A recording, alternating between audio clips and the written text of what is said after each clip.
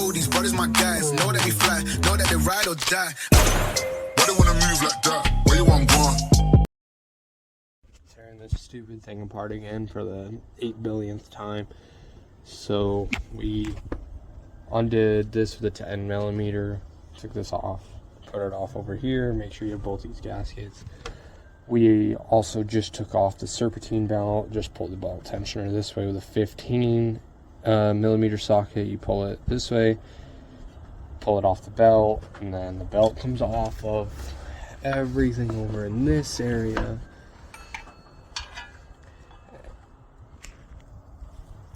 And down in this area. So then this belt is off. Now it's just kind of sitting down in here. And then we got to take this off and this off. But first we got to take this off first. This radiator hose off, the upper radiator hose. So you use whatever you want to use. Take this off. You can just kind of attach these on there. Kind of hard to do with the camera, so I'll just take it off and I'll show you. Alright, so we got the hose clamp off, and now we just gotta move this thing. It may dump a little bit of coolant. Yeah, looks real liquidy, like real watery, but it's alright. We could just, now we just push this over there. Alright, so we took this, we moved this over here. Now we've just got to take off. So this is the alternator bolt that can stay on. All these alternator bolts and all these can stay on. But in this case, we're actually going to take this off. So again, it's a 30. It'll be a 13. See, so just a 13. Just to twist this off. So it'll just be a 13, and you just gotta pull it. Oh, maybe it's pushing. Yeah, so then you just take off all these. After you're done getting all 4 of these ones off right here and unclipping this and this down here, you just push it off to the side. It should just pull out just like that. Now you just gotta take this off, unscrew these, all 4 of these bolts. So there's 1, 2, 3, 4, and then you should be able to take your AC condenser off.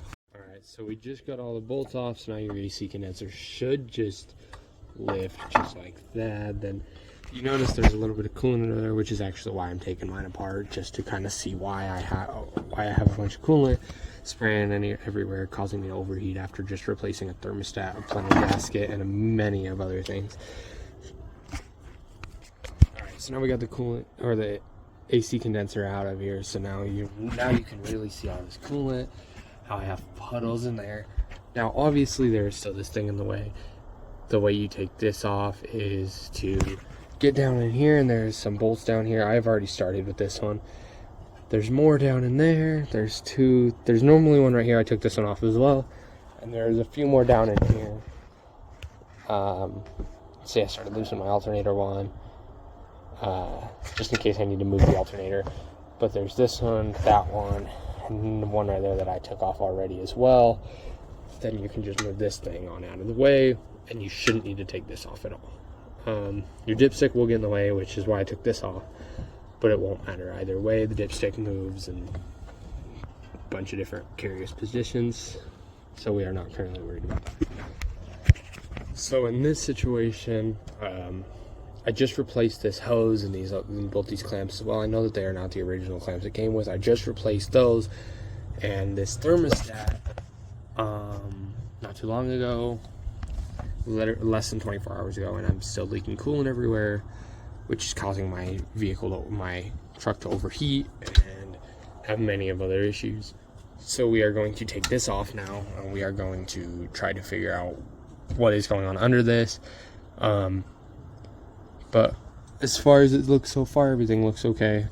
We just have to get farther deeper in there. Okay, so now we got all of those bolts off. Now what we've got to do is we've got to come back here behind the alternator and take this little bolt off right here, that I believe is an 8. We take that off to just sever the connection to the alternator and the battery, which we've already taken the battery terminals off. And if you haven't done so, like I haven't, take those off before you go any farther. Then we can take this off. And you see, as we've already taken all those bolts off, we just haven't taken the alternator off. This thing now moves, which is great, because now we're going to want to clean this and clean under it and see if there's anything under there that we could be leaking coolant or anything as well, which I have heard is a common problem after replacing thermostats or many of other issues, because I replaced the thermostat, the plenum gasket, this bypass hose. So let's just get to tearing apart.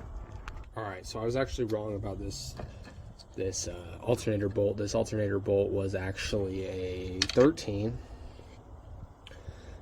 So we took that off, and now we are able to move this whole thing out of the way and not have to worry about this being in the way any longer. We will clean that off and then remove it, just so that we can look at what's under it. All right, so we have cleaned that, and now we have removed it from the thing, from the area. So we see now, we come down here to my little thermostat gasket, which is just not even there. I bought it from AutoZone just 2 days ago, and it already is hanging off. I've drove the truck once since then. We have coolant sprayed everywhere. I replaced these hoses. Everything looks like it is okay, other than this thermostat gasket, which means I'll just have to take this thermostat off, and we should be okay just to get a new gasket. Other than that, we should be just fine. Alright, so if you notice here, it looks like the housing and the gasket didn't go together too well. It's, for some odd reason, it wasn't holding coolant at all. It's spraying coolant everywhere, and that is probably the problem right here, where it just does not seem like it's sealed at all in this area, but it looks like the other area is sealed really well, so that might be a problem. That might be the problem, and why it just didn't work too well. So yeah, we removed that, and you notice the thermostat's brand new, the housing's brand new, the gasket's brand new. The gasket is in horrible condition. It's been on there for 2 days. I'm not sure what would cause that issue already, but there's obviously assumptions that could be made. Faulty part from AutoZone, who knows. I'm going to clear this stuff off and get back to you guys here in just a minute. Alright, so I removed the thermostat, the housing, and the gasket. The gasket is absolutely destroyed. I bought it less than 2 days ago, so I'm going to go warranty that out and hopefully clean this off, and hopefully that will fix my coolant leak problem. Normally, just to get to your thermostat, you don't have to remove that much. I do recommend removing that much, though. It just makes it a little bit easier. And then you can also get to this hose, which is what I recently replaced as well. It doesn't look like it's leaking or anything into there, but here's some more of that gasket. It doesn't look like it leaks anywhere through this hose. It just seems like it leaks from here. So hopefully that's all it is, and we're gonna go get that, and then hopefully that'll fix it. All right, so it's a bit dark now, but so we've got the new thermostat and the housing and the gasket and everything. So we're just gonna scrape off this little bit of remaining stuff right here from the old gasket. Try to clean this up a little bit. Try to make sure we didn't drop any of like these pieces in there. And then clean up this coolant right here, and try to kind of clean up the area, and then we should be able to start putting things back together. So this is generally how to replace the thermostat, the housing, the gasket, and this bypass hose if needed, which I have heard a lot of people have needed to replace these bypass hoses. Just with how old these vehicles are, being almost 25 years old, these bypass hoses get really old, and they may still be okay. I still recommend changing them when you change this, because you don't need to change the thermostat very often. Just change both while you're there. It's not that much. They're about $20 together, or together they're about $40. This is just a recommendation, though. You don't need to if not needed. I know a lot of people that haven't done that, but still just a recommendation. Alright, so now we've got it mostly cleaned off. We still missed a little bit. so we just got to come here, and in this case I have one of these. I don't have a traditional thing to scrape it off, so you just kind of try to get off as much as you can, try to get as much of that old gasket off, and then you can come back and just put on the old housing and everything. So you just put this gasket or this thermostat back in there, kind of just so it sits in the block. Then you put this back on, which I will demonstrate again in here in just a second. Let me get this open. Alright, so then you just put these in there. So then you just put this thermostat, this gasket on right there. You put the housing on. Generally, I've heard that this doesn't really matter where this piece goes right here. I've never really thought it mattered too much. So as long as you just kind of put that back on. I normally put the hose back on this first. So you put the hose on this, back on here, you clamp it on and everything, and then you just screw it back on there. It makes it just a little bit easier. Alright, so we now got the hose on. We put the bolts in. We're just gonna put those back into the block now. With the housing and everything, we're gonna put that back on there, and then clean up that area right there, and we should be good to start putting all of this back on and our AC condenser. Alright, so I've now gotten the thermostat all put back together. Everything's looking good on both sides. The hose clamps holding on and everything, so we just got to move this hose up out of the way over here and start putting all this assembly back together and these pulleys back. Start putting the bolts back on down here, and then put the the AC condenser back on, plug it back in and everything to these two clips right here. So this little one right here and this other one, and then we should be good to put it all back together. I'll show all those in steps just to make sure everybody is all right and nobody missed any steps or anything. All right, so you see I'm sitting at the front of the engine right now. When you come up to the engine, I recommend always, when you're putting all of this back on and everything, you want to come up and you want to do this one right here first, to just kind of try to knock it out of the park, but don't put it in all the way. Just that way you can line everything up. Then you want to put this bottom one over here right here under this little hose right here. You want to put this in, just because then it makes sure it lines up, make sure none of it moves or anything, and then you can start putting all the other bolts in, make it a little bit easier on yourself. Now if you want to give yourself more room, you can take this pulley out with just the same 15, or you can take this belt tensioner out, but the belt tensioner is a little bit harder to get out. There's 3 bolts and it's a little bit more of a harder little gap to get into right there. You'd also have to take this thing off, but I don't normally take them off. I just recommend taking this off.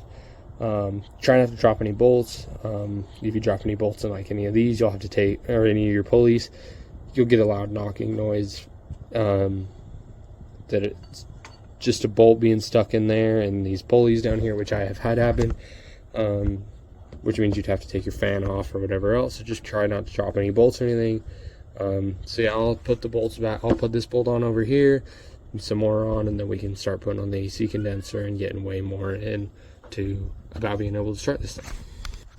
Alright, so then after you get this one down here tightened, you're good to tighten this one back all the way down, and then you can start putting in all your other ones. And then you'll also notice you'll get this really long bolt right here that you will want to put in right here under your alternator. It just twists on there as well. You just, same size as the 15, just goes on right there underneath your alternator. You have to put it in a certain spot or it will not go in, and it won't fit. So you just put those all in there. We put all those in there. All those bolts that are for each side. So you should have 3 on this side, and then you should have 3 on this side as well.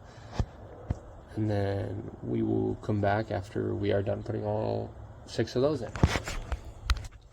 Alright, so we got all those bolts back on. we now just got to put on this. I know this bolt is still a little loose. I normally end up just tightening that at the end. So we'll clean all this off again, you know, wipe it all off, make sure it's all good before we put anything back on there. Just like this. Just take a microfiber rag and just kind of get in those little creases and try to get as much out of that as you can. Now I also have some over here that I want to get out, but so you get all that out and you try to make it, you know, as clean as possible. And then this is when you're gonna want to put that AC condenser back on with those 4 bolts that you had already. We'll put those back on and then clip it back in with just the 2 clips. This one and that one right there, which I will show you again here in just a minute. All right, and then so with these AC condenser bolts, you're gonna want to make sure that they're perfectly properly aligned down here at the bottom right here. Because if not, it won't go in. You'll just sit here spinning it forever. So you'll want to spin it, and then it should start getting tight. Just like that, it's starting to get tight. So we'll start buttoning it. And then after you do this front right one, you'll want to do this back left one, and then and then the other 2, doesn't matter the order. Just recommend those 2, so that just so you can make sure it's fully in spot and everything. And make sure you're not having any issues. Again, don't tighten this one down all the way until you get that one in and get it kind of tightened a little bit, and then you can put everything else back on. This that was taken off earlier and set off over here to the side, we are going to put back on now, and then we will clip everything back in. I just don't clip everything back in until then, so we'll put this back on. You're going to want to make sure you still have both of these little gaskets, because if not, it can cause issues. So we'll put both those back on. Make sure to stick in your microfiber towel. Going to clean out the inside of these little holes here. Just not really dip it in there, just kind of make sure that the tops are clean and everything. Just like that, and then we put them back on. Alright, so now that we got that clipped on, you're just going to take this clip, put it in, and then just push it on there. Then you're going to take this one that connects to the AC compressor. I know I kept saying this one did as well. This one does not clip to the AC compressor. This one clips on to these hoses that go right above it. That go end up going to the heater hose. So you just take and you clip these together, and they'll end up going together.